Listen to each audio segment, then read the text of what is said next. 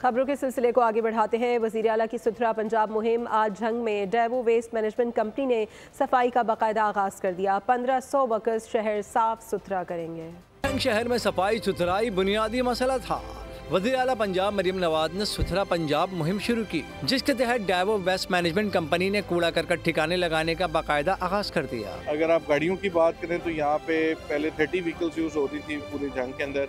हम जो है अबाउट 300 व्हीकल्स जो है वो टोटल इनकी फ्लीट होगी इस सारे काम के लिए। डेवो कंपनी जहां शहर भर के कूड़ा करकट को ठिकाने लगाने के लिए सरगर्म है, वहीं 1500 नौजवानों को रोजगार भी फराहम कर रही है।